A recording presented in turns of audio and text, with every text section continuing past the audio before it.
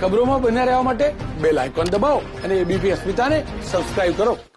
ડાંગમાં પણ થયો સોશિયલ ડિસ્ટન્સિંગનો ભંગ. મહત્વનો અપડેટ આવી રહ્યું છે. ડાંગમાં પણ સોશિયલ ડિસ્ટન્સિંગનો ભંગ જોવા મળ્યો છે. કાર્યકર્તાઓ ભાન ભૂલ્યા છે. ડાંગમાં પણ સોશિયલ ડિસ્ટન્સિંગનો ભંગ જોવા મળ્યો. ચૂંટણી પ્રચારની શરૂઆતમાં જ નેતાઓ મૂક્યા છે નિયમો. ડાંગના આહવામાં પણ વિજય પટેલના કાર્યક્રમમાં સોશિયલ ડિસ્ટન્સિંગનો ભંગ જોવા મળ્યો છે. ડાંગથી પણ અહેવાલ આવી રહ્યો છે કે સોશિયલ ડિસ્ટન્સિંગનો ભંગ થયો છે કાર્યક્રમમાં. ડાંગમાં પણ થયો છે સોશિયલ ડિસ્ટન્સિંગનો ભંગ અને લોકોની બેદરકારી પણ સામે આવી છે. મોટી સંખ્યામાં લોકો ભેગા થયા છે.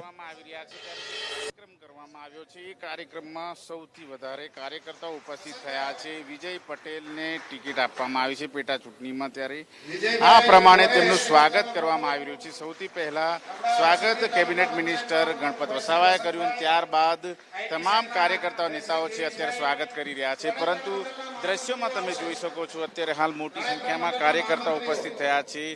જે રીતે અત્યારે સરકાર દ્વારા ચૂંટણી પંચ દ્વારા જે રીતની અત્યારે હાલ કામગીરી કરી છે, ત્યારે 200થી વધારે કાર્યકર્તાઓ ઉપસ્થિત ન રહે તેની માટે ખાસ કાળજી રાખવા માટે કહ્યું છે. પરંતુ અત્યારે દ્રશ્યમાં જોઈ શકો છો મસ્ત મોટી સંખ્યા ભાજપના કાર્યકર્તાઓની અત્યારે હાલ આ ડાંગ સ્વરાજ આશ્રમ ખાતે જોવા મળી રહી છે અને ત્યાં એક સભાનું આયોજન કર્યું છે અને આ રીતે મોટી સંખ્યામાં હોલ ખીચોખીચ છે. 200 માણસોથી વધુ માણસો અત્યારે હાલ અહીં જોવા મળી રહ્યા છે. ત્યારે આ પ્રમાણેની સ્થિતિ અત્યારે હાલ જોવા મળી રહી છે કે તમામ જે લોકો છે એ અત્યારે ઉપસ્થિત થયા છે. ત્યારે કેટલાક જે કાર્યકર્તાઓ છે એ કાર્યકર્તા અત્યારે હાલ માસ્ક વગર પણ જોવા મળી રહ્યા છે અને કેટલાક